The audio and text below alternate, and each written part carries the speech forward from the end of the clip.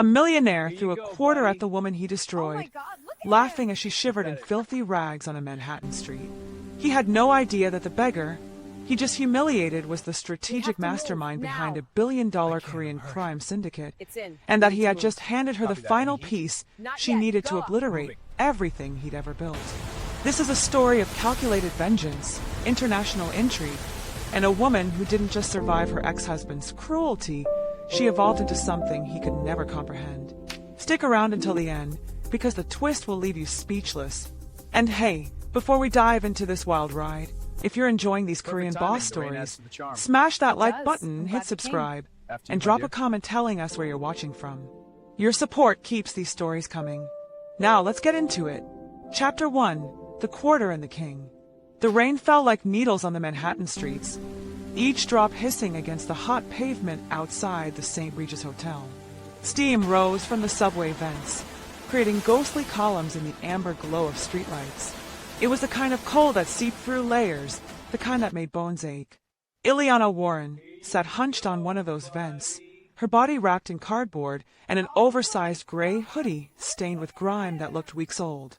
A beanie was pulled so low over her face that only her eyes were visible, eyes that stared at the wet concrete, defeated and hollow.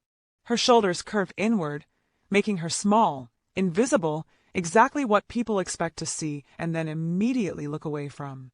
The hotel doors swung open with a burst of warm, perfumed air.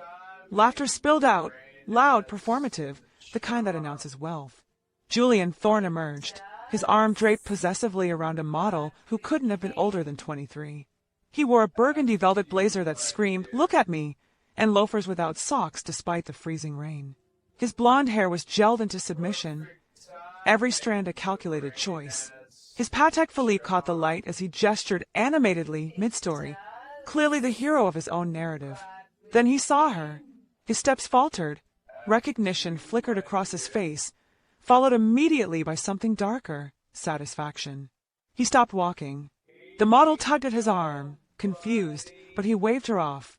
"Oh my God," he said, his voice dripping with theatrical disbelief. "Nia." "No, wait. You go by your maiden name now, don't you?" "Iliana Warren." "Wow. Look at you." Iliana didn't move, didn't respond, just kept her eyes down. Julian stepped closer, his Italian leather shoes splashing through a puddle without care. "Money makes you careless. From the penthouse to the pavement. You know, I always told you, you were nothing without my name attached to yours. I built you. And look what happened the second I took it away." He laughed,